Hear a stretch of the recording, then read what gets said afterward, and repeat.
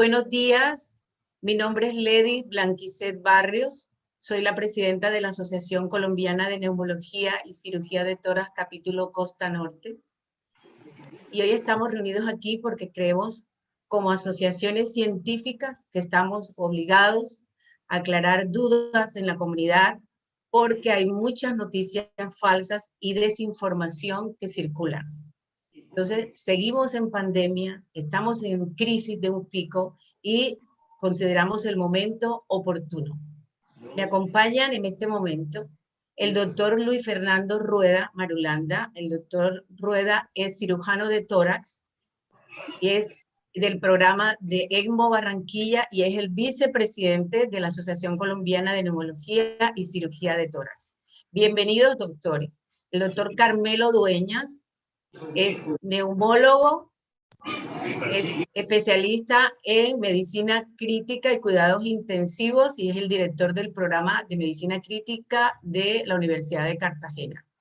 El doctor Gustavo Romero Ani, presidente de la Asociación Colombiana de Pediatría del Atlántico. El doctor Adalberto Quintero es cardiólogo y es presidente de la Asociación Colombiana de Cardiología. La doctora Patricia Vélez es anestesióloga y es presidenta de la Asociación Colombiana de Anestesiología y Reanimación del Atlántico. El doctor Luis Binórico Barrios es nefrólogo y es el presidente electo de la Asociación Colombiana de Nefrología. Bienvenidos, doctores.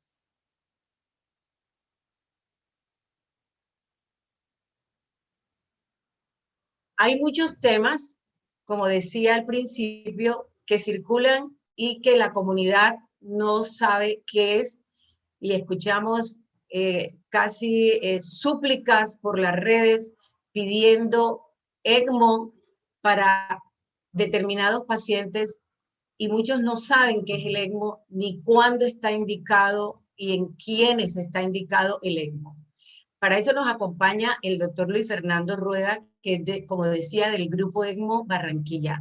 Doctor Rueda, ¿nos puede decir que las personas, la comunidad entienda qué es el ECMO, cuándo y en qué pacientes se utiliza? Bienvenido, buenos días.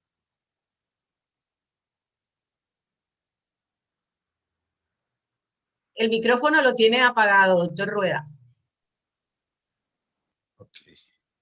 Buenos días, muchas gracias por la invitación. El ECMO es una terapia de soporte que traduce una membrana de oxigenación extracorpórea. Hay que dejar claro que eso es un tratamiento, no lo es. Es un soporte para una presentación clínica que es el síndrome de dificultad respiratoria del adulto, que se puede presentar en muchas patologías, por una infección severa abdominal, por una neumonía severa, por una reperfusión cardíaca, por muchas causas, pero pues en este momento ha tomado más auge por la infección por SARS-CoV-2. En esos pacientes, cuando la infección es tan severa, la cuestión y el compromiso pulmonar, la inflamación pulmonar es tan severa que presenta un síndrome de dificultad respiratoria del adulto severo a su vez, perdón la redundancia, pero un SDRA severo, en el que ya se han cumplido todas las terapias y maniobras que tiene a la mano la unidad de cuidado intensivo, que es ajustar terapia de oxígeno, soporte de oxígeno primero no invasivo, que se va aumentando la fracción inspirada de oxígeno, luego entra a intubación y a conexión con ventilación mecánica. Los parámetros del ventilador ya llegan a tope, se manejan los parámetros en lo máximo que da el ventilador, digamos, y no se logra así lograr la oxigenación adecuada en el paciente o el intercambio gaseoso, porque a veces también es la retención de CO2 muy alta, cambios de posición, y cuando eso no se logra las metas que tienen los intensivistas, ahí es cuando cuidado intensivo se comunica con nosotros, con los grupos de ECMO que hay a nivel nacional, pues, y se hace un análisis muy concienzudo del caso, porque es una terapia que es bastante agresiva, es una terapia que incluye unas canulaciones, es decir, unos tubos que entran en las venas de las piernas para sacar toda la sangre del paciente. Eso va a una membrana donde se oxigena y luego entra por una vena en el cuello. Son terapias que necesita estar todo el tiempo anticoagulado el paciente para que no se tapen esas membranas y esos circuitos y esas tuberías. Necesita tener una hemoglobina suficientemente adecuada, más de lo que se maneja normalmente, porque en estos casos manejamos hemoglobinas por encima de 14 para que la oxigenación sea la adecuada. Entonces, no es que cualquier persona que está enferma o que cumpla algunos criterios de que no pueden ya manejarlo con la ventilación y eso, sea candidata a terapia ECMO. Los intensivistas, como les digo, son las personas que conocen el paciente, que saben qué terapia y qué maniobras y qué oxigenación le han dado con esos parámetros ventilatorios, y ellos son los que nos contactan para realizar ese procedimiento. En ese caso, en el grupo se hace un análisis con unos criterios que ya también están establecidos a nivel mundial, en los que entra a jugar un papel importante los días de intubación que lleva, porque cuando una persona lleva muchos días intubado, ya la agresión es muy severa y posiblemente no sea candidato a manejarlo con terapia ECMO. El riesgo de fibrosis pulmonar en esos casos es muy alta. La edad del paciente también por las comorbilidades y la reserva que puede tener un paciente para una terapia tan agresiva, el peso, la talla, las enfermedades asociadas que pueda tener ese paciente. Entonces, todos esos análisis se hacen de manera muy juiciosa en grupo, eso no es decisión de una sola persona. Nuestro equipo está conformado por 2 cirujanos de tórax, 2 intensivistas, anestesiólogos cardiovasculares, jefes ecmólogos, médicos generales y todo el soporte de cuidado intensivo, que es el que en última solicita y hace el seguimiento de los pacientes con nosotros. Entonces, hay veces que recibimos solicitudes o llamadas por teléfono o por internet en el que dicen, venga, que aquí le conseguimos y se puede poner. No es una cosa tan sencilla, es algo que necesita una infraestructura. Cuando tenemos que ir a otras ciudades o a otras partes a traer los pacientes, se necesita organizar todo un equipo asociado a la avionambulancia, a todas las cosas que van alrededor de ese procedimiento. Entonces, eso es todo lo que implica. Y lo más importante es que la decisión o la solicitud viene de parte de cuidado intensivo que lo está tratando, y luego el grupo es el que se reúne y analiza todos esos criterios que yo les estoy diciendo, que hay tablas para eso, y de ahí se considera si hay o no un paciente candidato. Y además ahorita tenemos que ver la poca disponibilidad de equipos que hay en todo el país, porque con la pandemia hay una gran cantidad de solicitudes, pero no hay la misma cantidad de consolas y oxigenadores en el país. Muy bien.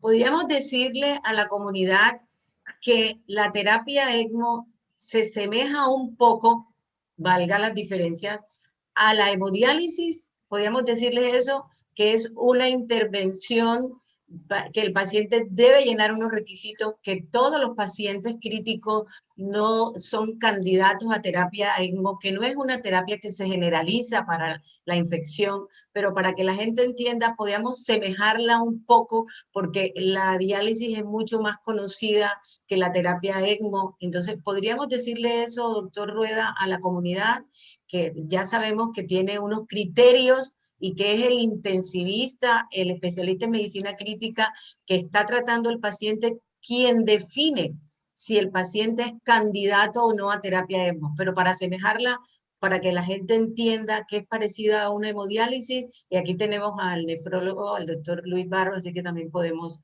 tener un poco su ayuda. No sé, doctor Rueda, ¿usted qué me dice? Pues digamos que que sí podría decirse que es algo parecido, ¿sí? Muy bien. Con la diferencia, uno, que las cánulas que se utilizan en terapia ECMO son más o menos unas 8 a 10 veces más grandes el diámetro y la longitud para la terapia. Además, que es una terapia continua que no para, mínimo entre 7 a 15 días es lo que se está viendo en los promedios. En algunos casos pueden durar más y en algunos casos pueden durar menos, pero el promedio en general es alrededor de 7 a 15 días. Sí, como usted lo dijo, una Inclusive, terapia. Sí, sí. inclusive los pacientes que también requieren hemodiálisis durante la terapia ECMO se pueden conectar a la máquina, dependiendo de las máquinas que tengan, las que nosotros utilizamos, se puede conectar a la misma máquina para dializar a la máquina en el paciente, ¿ya? Muy bien, o sea que definitivamente es una terapia agresiva. Esperemos a ver si alguno de la comunidad tiene alguna pregunta. Recordar a toda la comunidad que la única manera que tenemos ahora de evitar, de seguir evitando la difusión tan, digamos, frenética que tiene el virus, sigue siendo el distanciamiento social, el lavado frecuente de manos, el uso de mascarillas según los lineamientos de la Organización Mundial de la Salud, que cubra nariz y boca, y hay que hacer una prueba de sellado que en toda la cara para evitar fugas o que penetre el virus. Eso sigue vigente, es lo que salva vidas, además de las recomendaciones que vamos a decir. No sé si alguno de los panelistas tiene alguna pregunta sobre la terapia ECMO. Si no, podemos, sí, adelante, doctor Gustavo. Doctor Luis Fernando, con mi saludo muy especial y a todos los que nos están escuchando en este momento. De parte de pediatría, ¿qué experiencia? Si bien es cierto, estadísticamente no es significativo la complicación, pero se están dando casos de ventilación mecánica de pacientes ya en unidades críticas de la población pediátrica, sobre todo en pacientes entre 14 y 19 años, que también nos abarca nuestra población entre 14 y 17. ¿Podría decirnos usted que la misma criterio de incluir un paciente adulto para ECMO podría aplicarse en estos adolescentes? Primera pregunta. Y hay una pregunta que me hace un colega aquí, es si eso incluye también a los pacientes con traqueostomía. Bueno, muy interesante, doctor. El ECMO se ha utilizado y el ECMO se inventó, casi, podemos decirlo, los primeros casos exitosos, más bien, alrededor de los años 60, 70, en pacientes neonatales pediátricos. El primer caso exitoso de un ECMO venovenoso, que es el respiratorio, se realizó en una paciente neonatal con una aspiración de conio. Entonces, en este momento no se está utilizando mucho, gracias a Dios, porque las afecciones a los niños no es tan severa, pero sí cumplen los mismos criterios, llevan a los mismos criterios, y obviamente muchas ventajas porque son personas que por lo general no tienen comorbilidad, que la edad no es una contraindicación, y tendríamos que ver es si los equipos o los oxigenadores que tengan los grupos funcionan o no para pacientes pediátricos y neonatales. Nosotros tenemos unos equipos que funcionan para eso. Por ese lado creo que queda respondida esa parte. Y lo de los pacientes con traqueostomía, por lo general el paciente que tiene traqueostomía ya lleva muchos días de intubación. Entonces casi siempre esos pacientes no están cumpliendo con ese criterio de días de intubación, que es uno de los más importantes en la hora de definir la terapia por lo del riesgo de fibrosis pulmonar. Hay algunas instituciones donde se ha hecho traqueostomía temprana, pues también podría entrar dentro de los criterios, pero lo normal es que cuando se hace traqueostomía ya llevan más de al menos 7 días y el límite está entre 7 a 8 días para realizar la terapia ECMO. Obviamente esos criterios se individualizan y como se da una sumatoria o un porcentaje, digamos, por cada uno de los criterios, en algunos casos se puede uno pasar al día 8, al día 9, pero en un paciente que lo otro lo tenga muy bueno. Entonces, hay que individualizar jugando con esos criterios que tenemos. Muy bien, muchas gracias, doctor Rueda. Esta transmisión está a cargo del canal de la Asociación Colombiana de Neumología y Cirugía de Tórax, y nuestros agradecimientos a Cardenal, el Grupo Cardenal Estéreo, que también se ha brindado a transmitir este evento para aclarar dudas a la comunidad. No veo preguntas en este momento, no sé si alguno de ustedes ve alguna pregunta en el chat, no la veo, así que yo creo que podemos tocar otro tema que también da para mucho, que hay mucha desinformación, y es la oxigenoterapia. El uso de oxígeno de manera indiscriminada. El oxígeno es un medicamento. Como tal, hay que usarlo cuando es debido. Si se usa oxígeno de manera innecesaria, puede causar lesiones a nivel pulmonar. Entonces, y cuando se usa en demasiado, o sea, dosis muy aumentadas, elevadas, puede causar daño también. Para eso quisiéramos que está aquí un experto en el tema, que es el doctor Carmelo Dueñas. ¿Qué nos puede decir, doctor Carmelo, del uso de oxígeno? ¿Cuáles serían esas recomendaciones que le daría usted a la comunidad en cuanto al uso, que entre otras cosas tenemos déficit de uso de oxígeno en el país? Adelante, doctor Carmelo. Sí, buenos días ante todo a todos los oyentes y a los participantes. A la doctora Blanquicet, felicitaciones por su mística en desarrollar actividades como esta.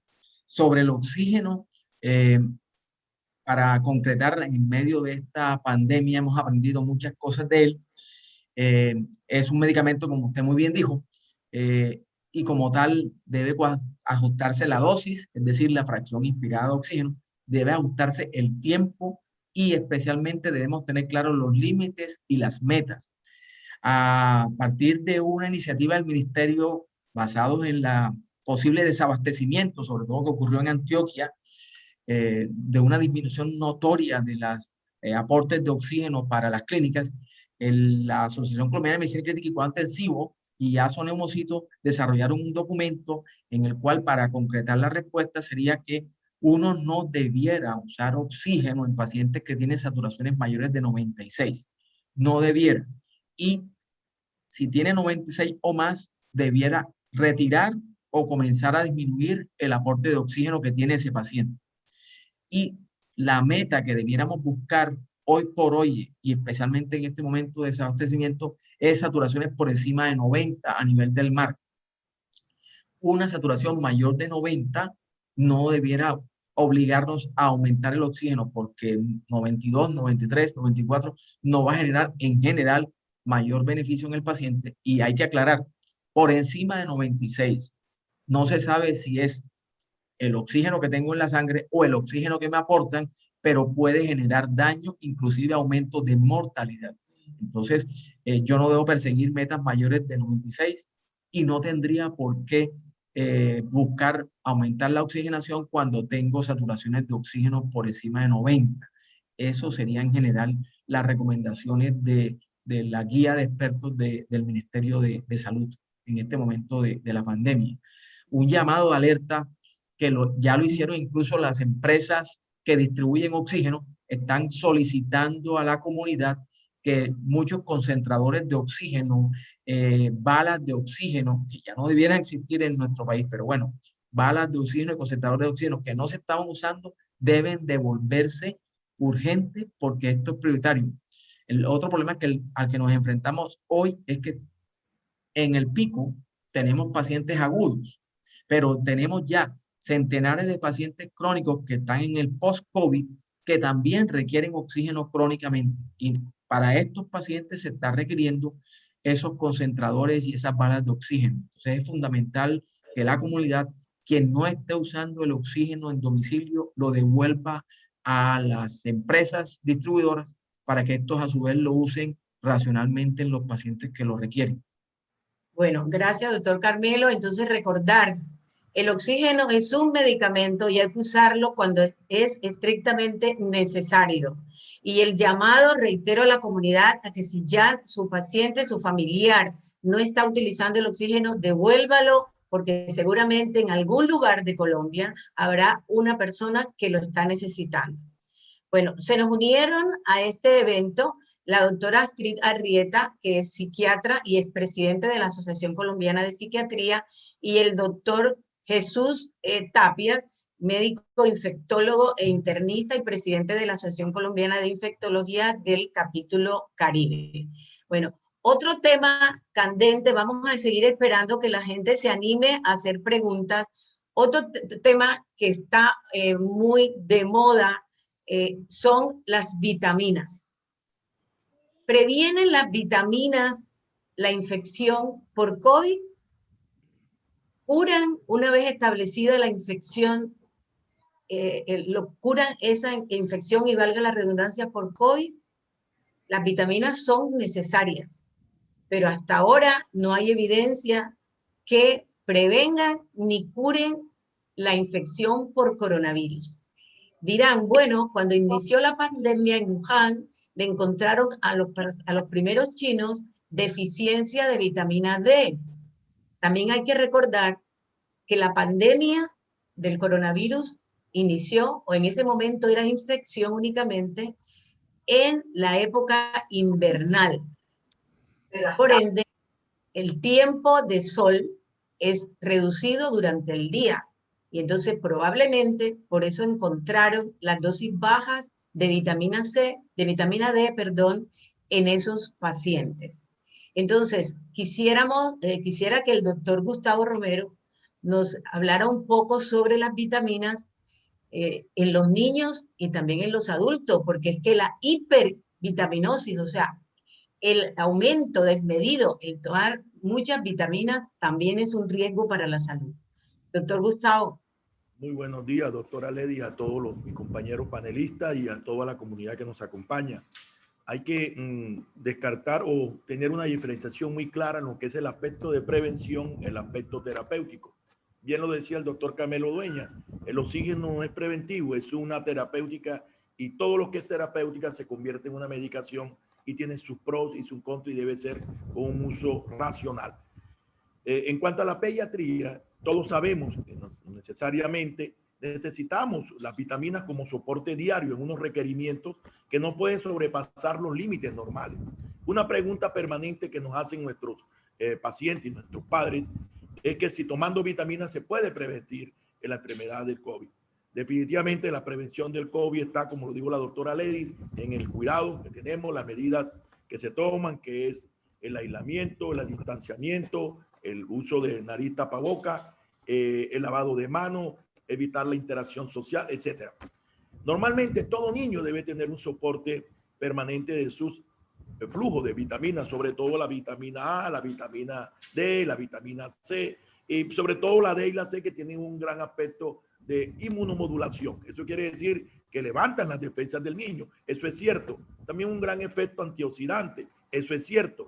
Pero normalmente cuando un niño tiene una deficiencia de esto, se convierte en una comorbilidad. Entonces, ¿qué se hace normalmente? Su hijo debe tomar su vitamina D permanentemente en los requerimientos ordenados por el facultativo, ajustadas a las dosis que le da el facultativo. Debe tomar su vitamina C ajustadas a las dosis que da el facultativo diariamente. Es normal que lo tome para evitar una deficiencia de esta vitamina. Esto no implica que le va a prevenir la enfermedad de COVID, pero sí es importante que un niño que tenga una deficiencia importante, ostensible de esta vitamina y padezca, se contagie con el COVID, es menos, todo es claro y es sentido común que puede tener un efecto mucho más nocivo esta enfermedad. Entonces, para concluirle, doctora Ledy, la vitamina D tiene unas indicaciones, unas dosis de 400 unidades internacionales diarias. No hay que aumentar las dosis en estos casos.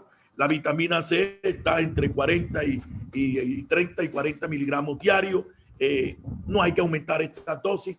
No te va a prevenir la enfermedad del COVID. Pero si usted me pregunta que debe dársela a sus hijos, yo le puedo decir que sí. Hay que dársela porque las deficiencias de vitaminas se podrían convertir ya en un aspecto de comorbilidad. Entonces, no es lo mismo un niño con esas deficiencias que un niño que tenga unos valores normales en su torrente sanguíneo. La vitamina D, sabemos todos los beneficios que produce, facilita la absorción de calcio, su efecto de inmunomodulación.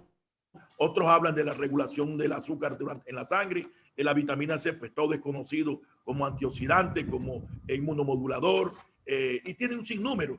Pero para decirle a usted, comunidad, es No es necesario que usted prevenga la enfermedad con estas vitaminas. Tómela por necesidad de sus niños con una dosis adecuada y un mensaje importante: no se automedique. Es peligroso, como decía la doctora Ledis, la hipervitaminosis. Así es. Entonces, para la comunidad, tenemos unos requerimientos diarios de las vitaminas, pero en ningún momento se ha demostrado que esto prevenga el coronavirus, y usarla de manera desmedida es perjudicial para el organismo. Hay muchos mitos, y siempre lo ha habido, con respecto a la vitamina C y el sistema respiratorio. La vitamina C no previene ninguna enfermedad respiratoria. Ese mito está establecido y muy arraigado. La vitamina C, como bien lo dijo el doctor Gustavo Romero, es un antioxidante, es proformación de colágeno. De hecho, se utiliza mucho en estética, pero no previene enfermedades respiratorias, aumenta la absorción de hierro y tiene otras ventajas o beneficios, pero no como preventivo de ningún tipo de enfermedades. Nada aumenta las defensas son innatas y las conservamos cuando tenemos un índice de masa corporal adecuado, hacemos ejercicio y tenemos una dieta equilibrada. Bueno, aquí hay una pregunta, probablemente para cualquiera, pero para el doctor Carmelo Dueñas. Dice, la causa de disnea o fatiga, aquí están hablando de un paciente, dice Armando José Ruiz, pregunta Yomaira Lu. Buenos días, después de recibir las 2 dosis, bueno, también aquí está involucrado el doctor Jesús Tapia, las secuelas de la enfermedad, presenta secuelas de la enfermedad. Paciente post-COVID, perdón, presenta secuelas de la enfermedad y a veces refiere fatiga o disnea en reposo, a pesar de adecuada saturación, y solo le mejora con oxigenoterapia. Entonces, yo quisiera hablar un poquito antes, doctor Carmelo, ya le doy la palabra. Hablamos de la infección por COVID, pero poco hablamos del síndrome post-COVID, donde el paciente a veces tiene síntomas y manifestaciones que no tuvo durante la enfermedad aguda. En este momento, lo único que ha demostrado que sirve para el síndrome post-COVID es la rehabilitación pulmonar. Y únicamente no es el incentivo respiratorio subiendo la bolita o con algunos que traen pinza en la nariz, sino el fortalecimiento de los músculos que intervienen en la respiración, todos, intercostales, diafragma, los miembros superiores. Entonces quisiera que hablara un poquito, doctor Carmelo, sobre esto, porque la persona que se conecta dice que únicamente mejora cuando le ponen oxígeno esa fatiga o disnea, como llamamos nosotros, del paciente que está post-COVID. Sí, realmente el síndrome post-COVID se habla después de las 12 semanas, o sea, ya esto está establecido que el COVID agudo son 4 semanas y el post-COVID son después de 12 semanas, y la parte de la dificultad respiratoria, la sensación de dificultad o fatiga, tiene una etiología multifactorial y por tanto requiere un manejo interdisciplinario que, más que, a pesar de que psicológicamente o sintomáticamente mejore con oxígeno, la solución, como dice la doctora Blanquicet, va de la mano con el aporte de fisiatría, fisioterapia, rehabilitación pulmonar, y es un enfoque interdisciplinario que debe incluir al fisiatra, al fisioterapeuta, al neumólogo, a los rehabilitadores, más que resolverlo con oxígeno, que al final no termina resolviendo la causa prioritaria, que es el desacondicionamiento físico que presentan estos pacientes por la enfermedad y por algunas intervenciones farmacológicas. Muy bien. Aquí hay una pregunta, dice, después de recibir las 2 dosis de la vacuna contra el COVID, ¿un adulto mayor puede colocarse vacuna como el de la influenza o la antigripal? No sé si el doctor Carmelo Dueñas o el doctor Jesús Tapia quieren responder esa pregunta. Doctor Tapia. Hola, buenos días a todos, buenos días, un saludo a toda la mesa. Y bueno, aquí estamos. Sí, esta pregunta ya la están haciendo en la comunidad, porque generalmente la vacuna de influenza llega a nuestro país por aquí entrado ya el segundo semestre, que es cuando se acerca el verano del norte. La indicación es que sí se puede colocar la vacuna de la influenza no hay ninguna contraindicación al estar vacunados con la vacuna de COVID-19 para que nos coloquemos la vacuna de la influenza.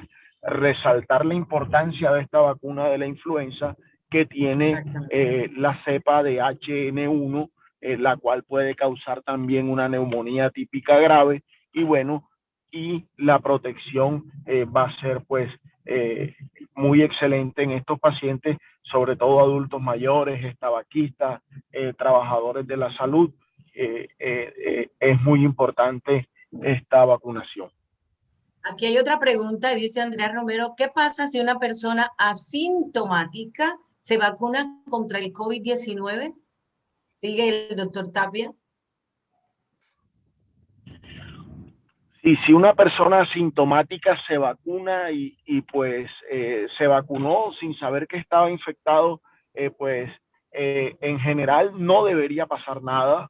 El tema es que por allí los síntomas que tenías que inicialmente no eran tan marcados, posterior a la vacuna estos síntomas se pueden incrementar un poco más, pero efectos graves no hemos visto, no se han demostrado. Y sí, hay que tener cuidado allí al momento de vacunarse, la interrogación acerca de signos, síntomas, y también es muy importante nexos epidemiológicos, que el paciente no tenga algún nexo epidemiológico con algún caso positivo, porque si tiene un nexo epidemiológico fuerte, un nexo estrecho con un caso positivo, lo ideal es que si le toca la vacuna, aguarde un poco hasta que se descarte el tema de la infección por COVID-19. Bueno, antes de seguir con el tema de las vacunas, porque hay muchas preguntas, doctor Gustavo, adelante. Sí, Lady, mira, es una pregunta habitual en la población pediátrica acerca de cumplir con el programa ampliado de inmunización. Contundentemente, usted no puede suspender el plan de inmunización de su hijo, llámese sarampión, sobre todo ahora que estamos en unas etapas importantes, polio, DPT, etcétera. Pero sí, la recomendación es no suspéndala, pero tenga todos los cuidados necesarios en el sitio donde se va a ir para evitar la interacción, aumentar la multitud de personas. Esa es la única recomendación. Pero como recomendación, no debe ser suspendida el plan de inmunización en los niños, llámese cual sea la vacuna. No hay indicación para suspender. Bueno, aquí dice Eduardo Laforí que ha tenido buenos resultados con la vitamina C en megadosis. Es que un testimonio no hace una evidencia ni un ensayo clínico en medicina. Entonces nosotros hemos sido claros en decir que es que la vitamina C es necesaria porque cumple muchas funciones en el organismo, pero no está establecida como prevención o tratamiento de enfermedades infecciosas. Y eso tiene que quedar claro. Otra pregunta frecuente para el doctor Jesús Tapia: la persona que se pone la primera dosis de la vacuna y en ese lapso de tiempo, antes que le toque la segunda dosis, se infecta por coronavirus. ¿Cuál es la recomendación, doctor Jesús, para esos pacientes, para esas personas? La recomendación actual para este tipo de casos que emitió el Ministerio de Salud en el adendo de vacunación, en la recomendación, el Plan Nacional de Vacunación, es que si te dio COVID, allí en ese lapso, con una sola dosis es suficiente. Entonces, la recomendación es esa. Hay que tener en cuenta algo que es discutido, todavía no está demostrado. Nosotros tenemos que ceñirnos a las recomendaciones que da el ministerio, y la recomendación que da el ministerio es esa. Las personas que han tenido COVID-19 solamente que se coloquen una sola dosis de la vacuna. Entonces, hay que tener en cuenta... Sí, siga, doctor Jesús. Hay que tener en cuenta algo. Los estudios pivotales, los estudios iniciales de la vacuna han sido establecidos tanto para Pfizer como Sinovac, como AstraZeneca, han sido con 2 dosis. Recordemos algo, la inmunidad natural que nos confiere la enfermedad va a decaer en aproximadamente 4 a 6 meses, es lo que hay establecido hasta estos momentos. Entonces hay que esperar los resultados finales de los estudios de la vacuna, pero la recomendación en Colombia es, si te dio COVID-19, una sola dosis es la que te debes colocar. O sea, para aclararle a la persona, al Franco Espinosa, que que hace la pregunta, entonces, doctor Jesús, sería la persona que le da COVID antes de recibir cualquier tipo de vacuna o antes de recibir la vacuna, solamente se puede aplicar una dosis. Y a la persona que le da, exacto, y a la persona que le da COVID después de la primera dosis, antes de la segunda, no tiene ya que colocarse ninguna otra vacuna. ¿Estamos así correctos, doctor Jesús? Esa es la recomendación actual en Colombia, sí, señora. Esa es la recomendación actual. Bueno, no sé si ustedes ven alguna otra pregunta. Yo no veo otra pregunta. Hablemos de ivermectina, que sigue de moda en todas las redes. Sí, doctor Gustavo. Una pregunta que me hacen y me parece interesante, que el doctor Tapia habla de los 4 a 6 meses del COVID. La pregunta, doctor Tapia, es la siguiente. Un paciente que hace un año fue positivo para COVID, inclusive sintomático, hace más de un año, porque sabemos que ya cumplimos un año. ¿Qué recomendaciones da usted para la inmunización? Hola, doctor Gustavo, un gusto. Ese paciente que le dio hace más de un año sí debe colocarse las 2 dosis. Excúsenme que cuando hablaba el tema allí, hay que recalcar que si ha tenido COVID-19 en los últimos 6 meses, solamente requeriría una dosis. Pero si fue más de 6 meses ese contacto o ese positivo, sí debería darse las 2 dosis. Discúlpenme que había que hacer claridad en esto. Perfecto, muy bien, gracias, doctor Jesús. Bueno, la ivermectina sigue de moda, o yo no sé si quieren que agotemos el tema de vacunas. No veo más preguntas aquí con respecto a las vacunas. Lady, perdóname, quería hacer un comentario sobre este tema de la vacunación. Mira, recientemente necesitábamos vacunar un funcionario de la salud en una IPS en la cual laboro. Y es una anécdota que les voy a comentar que a mí me dejó muy triste, ¿sabes? Eso fue el día miércoles en horas de la tarde. El funcionario de la salud tuvo que esperar casi 4 horas para poder completar las 6 personas para poder destapar el vial de Pfizer que se iba a colocar esa persona.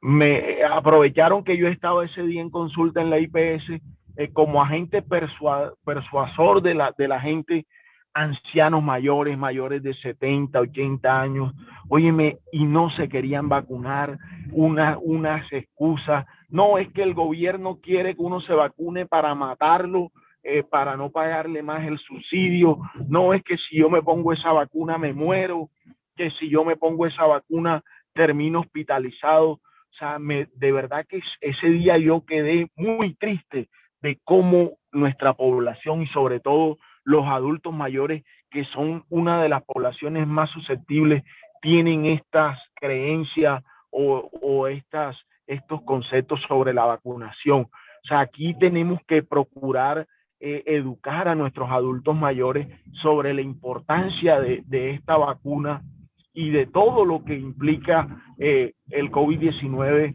sobre todo en estos adultos mayores con múltiples comorbilidades. Otro tema también con esto de las vacunas es el tabú que se ha creado con relación a la vacuna de AstraZeneca y el riesgo de trombosis. Lo mismo ahora con la vacuna de Johnson & Johnson, que es la única en monodosis actualmente. Mira, en Barranquilla creo, no tengo el dato exacto, le iba a preguntar a Juan José ayer cuántas personas vacunaron ellos y la Clínica de la Costa, cuántos pacientes vacunaron ellos. En Barranquilla se vacunaron miles de personas el año pasado con la vacuna de Johnson & Johnson. Y esas personas están muy bien, no ha pasado nada. El doble ciego se destapó y muchos incluso colegas que lograron vacunarse están con anticuerpos elevados. En fin, esta vacuna es segura, ya se aplicó en Barranquilla la de Johnson & Johnson y todas esas personas que se vacunaron, he tenido la oportunidad de hablar con muchos de ellos y están normales, no les pasó nada. mira, es más riesgoso, tiene más riesgo de sufrir un trombo un paciente o una persona que fuma, la mujer que usa anticonceptivos orales, el viajar en un avión en un vuelo de más de 6 horas, tienen más riesgo de trombo que la aplicación de esta vacuna que no llega ni siquiera al 0,003% de riesgo. Entonces hay que desmitificar esto y por favor ayudarle, decirle a esos adultos mayores que se vacunen, evitar esos mitos. La verdad que ese día quedé muy triste cómo nuestra población está desinformada y cómo han tergiversado las informaciones. Así es, doctor Jesús. Doctora Astrid, ¿quiere completar algo, decir algo? Ayer exactamente yo estaba dando una charla que es depresión y pandemia dirigida a medicina general, a no psiquiatras. Y uno de los artículos revisados hablaba de la percepción de la gente con respecto a, estábamos hablando antes del inicio de la llegada a la pandemia aquí en Colombia, es el estudio. Cuando yo no trabajo en la comunidad, las percepciones y los tipos, estamos hablando hoy de tipos de afrontamiento, las medidas de bioseguridad que se tomen no van a ser efectivas. Fíjense que el estudio decía, yo tengo un grupo, se les hacía la encuesta, reconocía en ese momento las estrategias de afrontamiento. Estrategias de afrontamiento son todas aquellas cosas psicológicas que nosotros hacemos para poder afrontar una realidad. Hay unas que son buenas, son unos mecanismos de defensa, y otras que no son. Hay unas que no son sanas y otras que no son tan sanas, pero es lo que tenemos nosotros como cuando vamos a la guerra. Unos utilizan como los templarios cuando estaban, ahora es teledirigido. De esa manera enfrentamos una realidad. Unos lo niegan, otros hacen como si no pasara nada, otros se asustan mucho y se dan ahí. Si yo no trabajo en la comunidad, las terapias de afrontamiento, las campañas educativas dirigidas a una comunidad de la cual no se conoce qué percepción tengo con respecto a esto, es una campaña que no va a tener éxito. Si yo conozco qué tiene esa comunidad y qué percibe esa comunidad, y va cambiando, porque como estamos en plena época de redes, y los memes y las cosas pues tienen a veces más fuerza, porque decía, eso nos los enseñaban en la universidad, por cada paciente que se sienta mal atendido se multiplica por 20, por uno bien atendido por 5, o sea, las cosas malas se multiplican más rápidamente y a veces tienen más fuerza que la realidad. Entonces, yo creo que esas campañas dirigidas, conociendo una población, usted lo está diciendo, doctor, una población que desconoce, que le atribuye, pero tiene más fuerza multiplicadora esos memes educativos malos que nosotros. Y por esto que estamos haciendo nosotros, ojalá hoy no hay tantos participantes como bueno, yo no sé cuál es porque yo no llevo el coso, pero debe haber, la gente está ávida de saber, porque nosotros tenemos un desconocimiento también, hemos aprendido durante todo esto, pero la comunidad mucho más, o sea, la comunidad lo tiene más, enreda unas cosas, coge unos con otros. Entonces, por esto, medios como este ayudan, doctor, a decirle a las personas que lo que se está multiplicando no es real. Hay mayor probabilidad de que uno haga eventos trombóticos de otra manera que con una vacuna. Prefiero la vacuna que tener COVID y morir de esto. Si yo conozco cómo que la vacunación me va a proteger y que tengo, sí, siempre va a haber un porcentaje y eso está escrito que va a decir que no. Y eso, en algunos países, ese porcentaje, la fuerza de la realidad lo tiene. Y creo que la fuerza de la realidad de Barranquilla lo tiene porque llegamos ayer a 4.000 fallecidos. Yo no creo que no hay mayor realidad. Lo que al inicio era que los médicos mentían y ganaban dinero diagnosticando, se cayó porque ya la realidad se impuso. Un porcentaje muy pequeñito y creo que en otras ciudades de pronto puede, pero acá en Barranquilla no. Entonces, como agregar eso, campañas educativas, conociendo la comunidad para poder llegar de manera efectiva. Así es, muy buen aporte, doctora Astrid. Así es, doctor Carmelo, que es una persona que ha investigado bastante sobre vacunas también. Solo un comentario que apoya lo que acaban de decir. Para no hablar de lo que vemos ya en Israel y Estados Unidos, hablemos de Colombia. En el último mes, el 60% de los fallecidos en Colombia que no debieron haber fallecido son personas mayores de 70 años que debieron estar vacunados y que no se vacunaron por lo que menciona la doctora Rieta y por lo que mencionó el doctor Tapias, y que es prioritario insistir en esto. O sea, 60% de fallecidos en Colombia en el último mes no debieron fallecer. Y seguiremos con eso y hay que afrontarlo interdisciplinariamente. Así es. Muchas gracias, doctor Gustavo. Mira, haciendo y complementando lo de mi compañero, hay que aclarar a la comunidad que desafortunadamente somos una generación conejillo de indias. Esos somos experimentarle. De pronto lo que hoy estamos diciendo aquí, mañana de pronto ya no es verdad. Eso hay que aclararlo. Todos los días la medicina nunca es estática, es dinámica. Y haciendo una claridad, no hay una sola vacuna en la población pediátrica. Escuche bien porque me acaban de hacer una pregunta que no tenga algún efecto. Todos tienen un efecto que no supera el 0.05%. 0.05%. Siempre, siempre. Usted aplica a un niño una vacuna de DPT, difteria, tosferina y tétano, y el niño va a presentar fiebre, malestar. Creo que es importante que sepan que en el sitio de la aplicación de la ampolla pueden haber, de la aplicación de la inmunización, puede haber algunos efectos que no hay por qué asustarse. Eso es normal. Si los niños pequeños pudieran hablar, seguramente si tenemos el mismo concepto de los adultos, no se quisieran vacunar. Para concluir, no hay una sola vacuna en la población pediátrica que no tenga algún efecto colateral. Y otra claridad, doctora Ledy y compañero, todas las vacunas en la población pediátrica necesitan de refuerzo. Entonces no hay que ser negativos. Han aparecido ahora información de la Casa Pfizer de la posibilidad, no han concluido totalmente, de reforzar nuestra inmunización. No han aclarado el tiempo, pero no hay por qué ser negativo. Por lo ahora lo que nos están diciendo es vacúnense, que en su debido momento diremos si hay refuerzo. No hay una sola vacuna en la población pediátrica que no necesite refuerzo. Entonces Así no hay es. por qué desanimarnos. Es importante hacer esa claridad. Totalmente oportuno, doctor Gustavo. Así es. ¿Por qué nos va a extrañar ponernos un refuerzo si cuando éramos niños y a los niños actualmente se les pone refuerzo? Esa es una memoria. Entonces, bienvenido ese concepto y ese aporte que es vital.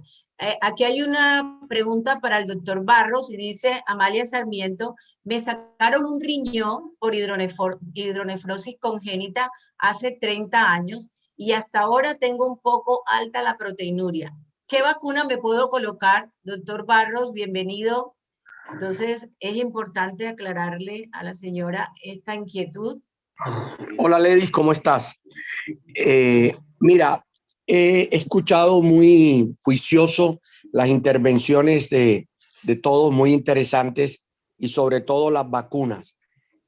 No hay ninguna contraindicación en los pacientes con enfermedades renales, incluidos los pacientes que se encuentran en terapias dialíticas, llámese hemodiálisis o diálisis peritoneal, ni los trasplantados que están recibiendo inmunosupresores, y como nos puede ayudar el doctor Adalberto Quintero, ni siquiera los pacientes anticoagulados tienen contraindicación para colocarse la vacuna. Ahora, la oyente habla que es una paciente monorrenal con proteinuria. No hay ninguna evidencia con ninguna de las vacunas que una sea mejor que otra para este tipo de pacientes. Yo creo que cualquier vacuna que nos pongan en este momento a nosotros nos protege contra una enfermedad que puede ser más devastadora. Y hay que tener muy frecuente, y quiero aclarar algo sobre las vitaminas que hablaban al inicio. Los pacientes con algún grado de enfermedad renal crónica del 3A hacia el 5 tienen indicado el uso continuo de vitamina D, porque acuérdate que para que la vitamina D sea activa requiere de una hidrolización, la última hidroxi que la hace el riñón, y como el riñón es insuficiente hay que darle vitamina D3 activa, pero no tiene nada esto que ver con la parte de que la vitamina D nos vaya a curar para el COVID. Sí, es un inmunomodulador, es una vitamina que se necesita en los niños para mejorar la formación del esqueleto, etcétera, como dijo el doctor Romero. Yo creo que se ha abusado mucho de la vitamina D para esto del COVID. y además las personas mayores, sobre todo mujeres menopáusicas, está indicado el uso de la vitamina D para evitar lo que es la osteoporosis. Entonces, son cosas diferentes que ahora no todo el mundo vaya a negriar la vitamina D por un lado, pero todos tenemos que vacunarnos. Hay una comunicación de la Sociedad Colombiana de Nefrología que se le pasó al ministerio, donde se le pide prioridad para la vacunación de los pacientes renales, que son pacientes inmunosuprimidos y que requieren estar más protegidos que la demás población. Gracias, Ledis. No, gracias, doctor Lucho Barros. Aquí hay dos preguntas, una para el doctor Gustavo y otra para la doctora Astrid Arrieta. ¿Cuál es el tratamiento post-COVID de un niño de 2 años? Y la otra pregunta para la doctora Astrid es recomendaciones para la salud mental, que es primordial en este momento de pandemia. Adelante, doctor Gustavo. Esa es una pregunta interesante. Normalmente sabemos que llega hasta un 80% los pacientes pediátricos que son asintomáticos. Por lo menos, si no se presenta síntomas, no va a pasar nada, pero tienen la enfermedad y esto jugaría un papel importante en la posibilidad que aparezcan las vacunas que ya están en una fase 2 de investigación. Pero aquel paciente pediátrico sintomático, que si bien es cierto, no es muy importante significativamente, estadísticamente, son los mismos cuidados del adulto. Afortunadamente el niño tiene menos complicaciones del adulto, pero precisamente hoy en Barranquilla tenemos una paciente interesante hospitalizada en la unidad de cuidados intensivos no ventilada, que tuvo hace 6 meses un COVID sintomático, no complicado, y que ahora está con una patología muy grave en la población pediátrica, que es el síndrome multisistémico inflamatorio. Entonces hay que tener cuidado, porque este es muy parecida a la enfermedad de Kawasaki, con compromiso cardíaco, inflamación pulmonar, cardíaca, renal, cerebral, etcétera. Entonces, esa es una pregunta que es interesante, pero que hay que tener cuidado. El paciente post-COVID en la población pediátrica, como son asintomáticas, yo diría que debe guardar exactamente los mismos cuidados que tiene actualmente, que son las medidas de bioseguridad.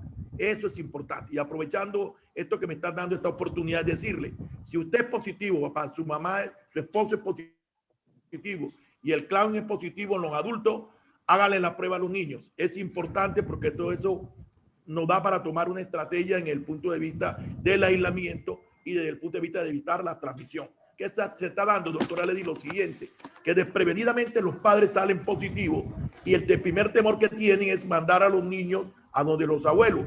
Y se ha dado el caso de que estos abuelos desafortunadamente han fallecido y buscando el vector primario han sido los niños. Entonces es un mensaje que no es de terror, sino de realidad.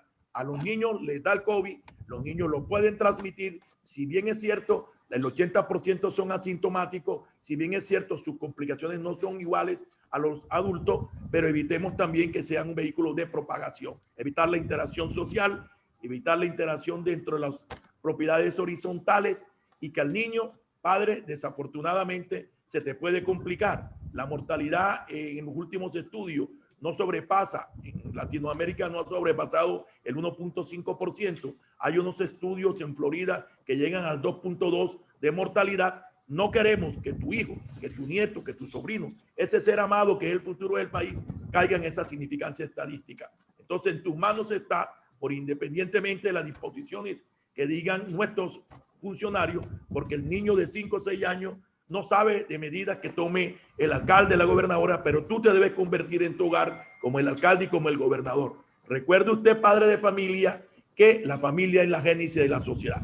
Para resumirle a ello no hay un complemento importante como en los adultos, dado que la sintomatología es muy pobre en la población pediátrica, pero sí en la Florida, en la parte de Orlando había unos estudios, todos niños sintomáticos, ojo, que no sobrepasa el 20% que haya padecido COVID, se le están haciendo mensualmente estudios ecográficos para ver si ha habido algún compromiso, como lo puede decir el doctor Adalberto Quintero, compromiso cardíaco, precisamente relacionado con ese síndrome multisistémico inflamatorio. Pero realmente mi mensaje es que ese niño que fue asintomático no tenemos por qué hacerle desde el punto de vista terapéutico, a no ser que haya estado en ventilación y tenga las mismas complicaciones del adulto, que es la fisioterapia, la terapia de recuperación por la posible fibrosis, etcétera. Gracias, doctor Gustavo. Doctora Astrid. Bueno, recomendaciones hay muchas. Yo voy a referirme hoy específicamente a dos. La primera es la identificación de una patología que está asociada, ya venía en primer lugar, una estudiante me recordaba ayer, doctora, ayer nosotros, pues fue el día, se institucionalizó el Día del Psiquiatra, e hicimos un simposio regional sobre depresión, o sea, cada región hizo su simposio. Y ella me decía, doctora, fíjese, usted nos hablaba en clase, es colega, pues, cuando era estudiante, que la depresión iba a ser la segunda causa de enfermarse, pues estaba proyectado en el 2020, realmente es la primera, y para los profesionales de la salud, especialmente los médicos, es la primera causa y tiene una prevalencia más alta que la de cualquier otra población. Entonces, primero, el de que reconozcan la depresión como una enfermedad que está asociada ahora con el COVID, ¿ya?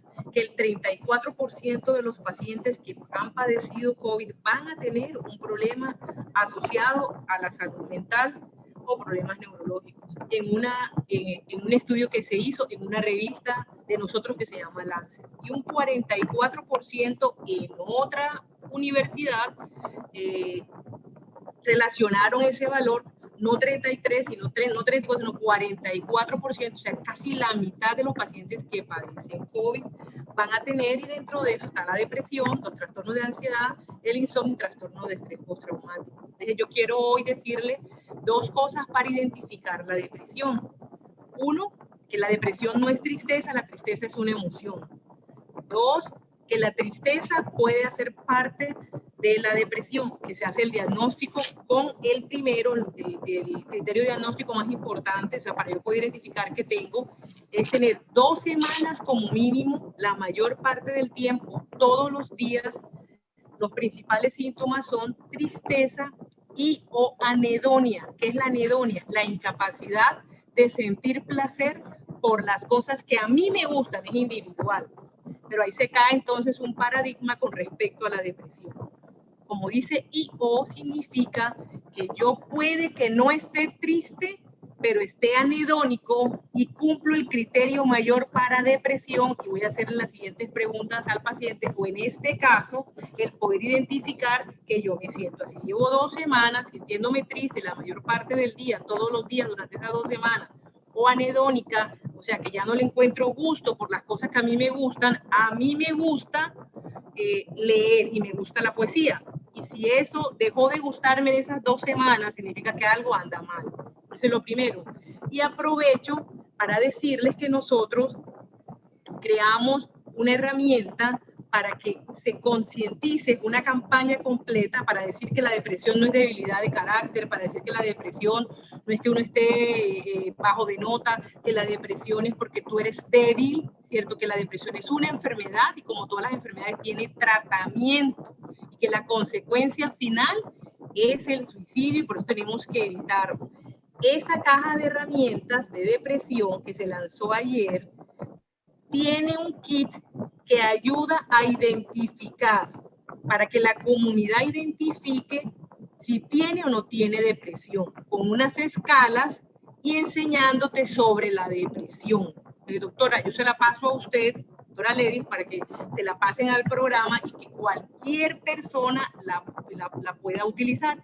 Si no tienen, porque se puede utilizar en el celular en PDF, pueden ir a la página de la asociación, que es la Asociación Colombiana de Psiquiatría, y aparece de entrada. Solamente se da clic, se baja y se utiliza en el celular. Yo creo que con ese es como el énfasis que voy a hacer hoy es sobre la identificación de la depresión, que es una de las consecuencias como enfermedad del COVID, una de las consecuencias en grupos poblacionales específicos y una de las consecuencias en el personal de la salud. Muy bien. Bueno, doctora Adalberto Quintero, que tiene obligaciones, se tiene que retirar.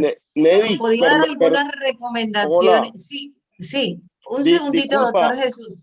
Sí. Jesús, perdón, pues me debo retirar. Sí, un segundito.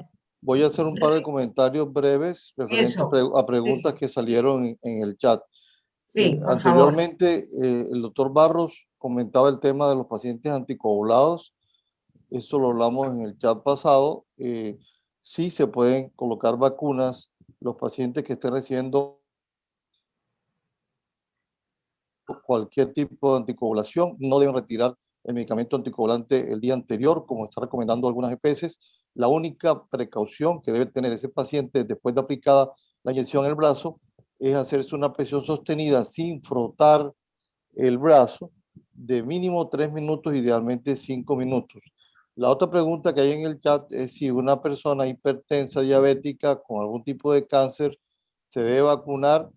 La respuesta es sí, se puede vacunar. No existe ninguna contraindicación para los hipertensos, para los diabéticos o personas con cáncer de colocarse la vacuna. Por el contrario, son la población que tiene mayor riesgo de complicarse si adquieren el virus COVID. Entonces, sí se deben vacunar.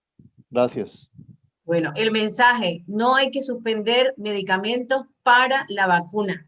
Por el contrario, es un riesgo suspender los antiagregantes y los anticoagulantes que tenga el paciente por enfermedades comórbidas, fibrilación auricular o marcapaso o cualquier, o implantación de válvula, cualquiera indicación que tenga para anticoagulante no debe suspenderlo. Por el contrario, sí, puede ocasionarle trombos y probablemente se lo va a atribuir a la vacuna, como ocurrió con pacientes que se pusieron la vacuna de AstraZeneca, suspendieron anticoagulantes y después dijeron que era por la vacuna. Entonces, muy importante eso, no suspender medicamentos por otro tipo de enfermedades. Doctor Jesús. Hola, sí, Lady. Bueno. Tener en cuenta que cada paciente tiene una respuesta individual.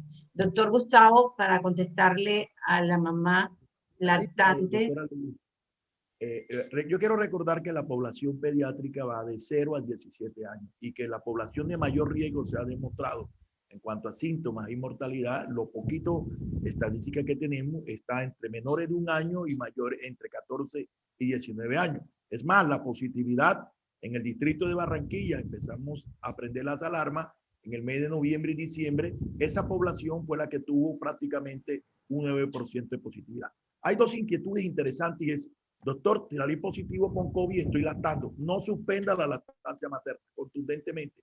No está demostrado la transmisión de ese virus a través de la leche materna. Lo que hay que tener cuidado es el mismo cuidado, aumentar los cuidados de la transmisión. Si usted le está dando lactancia materna a su hijo, use doble tapabocas, lávese sus manos, pero siga alimentando. Si tiene la posibilidad de traerse la lactancia a la leche materna y dársela al biberón, aún manteniendo la medida de bioseguridad, hágalo.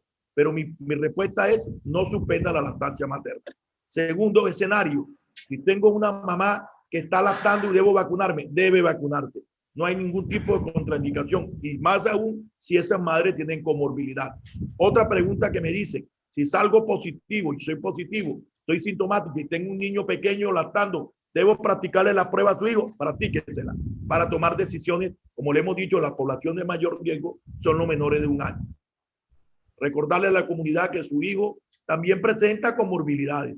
En la población pediátrica también hay hipertensos, hay diabéticos, hay obesos, hay enfermedades huérfanas, hay pacientes con insuficiencia renal.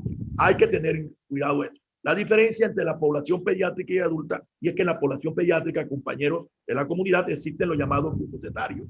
Quiere decir que hay recién nacidos o neonatos, recién nacidos hasta 3 meses, está lactante menor hasta 1 año, de 1 a 2, lactante mayor, preescolares de 5 a 12, prepúber y puber, y que cada uno tiene un comportamiento muy disímil en cuanto a la incidencia, prevalencia y por ende de terapéutica. Esto quiere decir que si usted usa un antibiótico en un niño recién nacido, no obligatoriamente ese mismo antibiótico ante enfermedades iguales va a ser usado en un niño de 5 años. Quería hacer esa claridad. Para concluir, si usted está lactando y es positiva, no suspenda la lactancia, incremente la medida de bioseguridad. Si usted está lactando y quiere vacunarse, hágalo. Si usted está lactando y sale positiva con el COVID, haga lo que el doctor Jesús Rivas acaba de decir. Por favor, una sola dosis y una protección de 4 a 6 meses. Pero es importante ir concluyendo eso. Si a usted le da COVID y va a recibir una dosis, es suficiente. Si usted recibió COVID hace más de 6 meses, tiene que recibir las 2 dosis. ¿Oyeron? Eso quería decirle. Lacte sin miedo, pero aumentando e incrementando la medida de bioseguridad. No está demostrado en la transmisión del virus a través de la leche materna. Pero sí está demostrado la transmisión gota a gota, saliva a saliva, con los niños, exactamente igual, con la respiración también. Entonces, mucho cuidado con eso.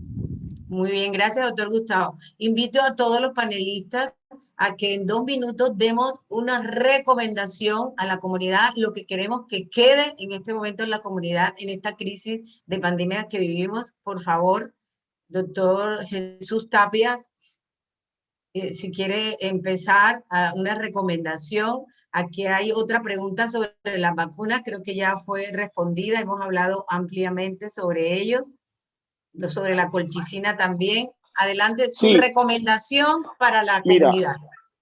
Mi recomendación a la comunidad es que continúen cuidándose, continuar con el uso del tapabocas, el lavado de manos. A los que están ya en los tiempos de vacunarse, por favor que se vacunen. Adelante, doctor Jesús, tiene el micrófono apagado. Un momentico, que después me toca hacerle publicidad al vendedor de aguacate. Bueno, continuar con la vacunación en las edades establecidas hasta ahora, desmitificar esto de las vacunas. Hay que vacunarse. Yo he acotado una frase en esto, que las vacunas son un acto de amor. Invitar a esos hijos de esos padres mayores de 60 años, que ya hoy día los mayores de 60 pueden vacunarse, a que los lleven a vacunar, así como ellos nos llevaron a nosotros cuando éramos unos niños a vacunar, los llevemos, le demos ese privilegio de que se vacunen y hablarles de que la vacuna salva vidas. La única forma de que podamos controlar esto de una manera rápida y oportuna es con vacunas y hay que vacunarse. Otra recomendación es, ante los signos, síntomas, consulta a un médico, no automedicarse, consultar a un médico, consulta a su EPS, llame, que allí le van a dar una orientación sobre qué debe hacer. Y bueno, muchas gracias por este espacio, a la gente de Cardenal que lo está replicando, muchas gracias. Gracias, Lady, por esta iniciativa, y bueno, y a todos los que sacamos este espacio de tiempo para ayudar a nuestra población. Aquí estamos y bueno, y vamos a estar. Un lindo día para todos y un feliz Día del Trabajador a todos. Gracias, doctor Jesús, muy amable. Muchísimas gracias por apoyar esta iniciativa. Doctora Astrid, tiene el micrófono apagado. Bueno, reforzar lo que dice el doctor Tapias, yo me vacuno. Si tenemos la opción, es una oportunidad, muchas personas lo están deseando y nos va a proteger.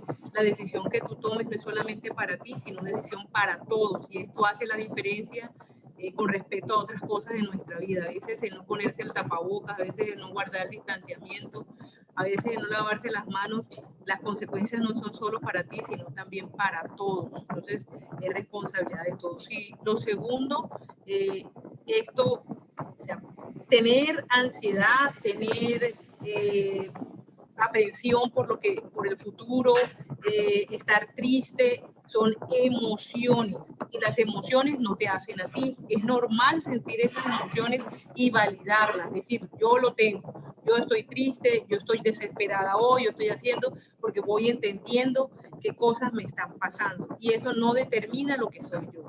Diferenciar entre lo que dije ahorita, depresión y la tristeza como una emoción. Es normal que hoy amanezca triste, mañana amanezca ansioso, y que yo tengo que tener claro que esta depresión es una enfermedad, como que el énfasis que dice ahí, y que estos espacios que ha liderado la doctora Lady son importantes para que ustedes hagan preguntas que no pueden hacer, porque en este momento ni hay tiempo ni hay oportunidad, y sabemos cuál ha sido el funcionamiento de las empresas que administran los planes de beneficio, las antiguas EPS, que no están en disposición completa. Entonces, agradecer y que oigan, multipliquen eso.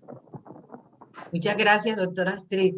Doctora Patricia, su mensaje a la comunidad. Gracias, Lady. Gracias a todos por la participación, por este espacio. De antemano, pues un feliz Día del Trabajador. Como decían mis colegas anteriormente, el reforzamiento en el tema de vacunas. La gente debe vacunarse, la comunidad debe vacunarse, no le deben tener temor a ninguna vacuna. todas las vacunas son buenas.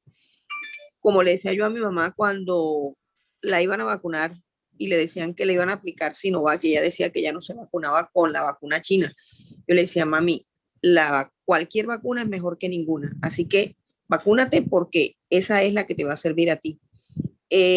A todos por igual, vacunarse, reforzar las medidas de bioseguridad, el distanciamiento social, los cuidados, usar el tapabocas en nariz y boca, el lavado constante de manos, no participar de paseos, de reuniones familiares. Ahorita es mejor estar aislado en su casa. Si usted no tiene necesidad de salir, no salga. Si usted no tiene necesidad de ir al trabajo o a un supermercado, no lo haga, quédese en su casa. Eso es lo que ahorita nos va a salvar. Desde el punto de vista de anestesia, de pronto yo les diría a la comunidad, si usted no tiene una urgencia extrema o una cirugía que amerite porque sea urgente, no se opere en este momento, porque lo ideal ahorita es estar en su casa quietecito, sin tener que ir a una clínica a hacerse, por ejemplo, una cirugía estética o una cirugía electiva que ahorita la puede posponer. Solamente las cirugías de urgencia ahorita están indicadas. Y recuerden que estamos en el tema de ahorro de oxígeno, y cuando usted va a la clínica y se opera, va a necesitar oxígeno para una anestesia general o para una anestesia regional, y hay que ponerle muy seguramente oxígeno porque se le va a tener que poner una sedación.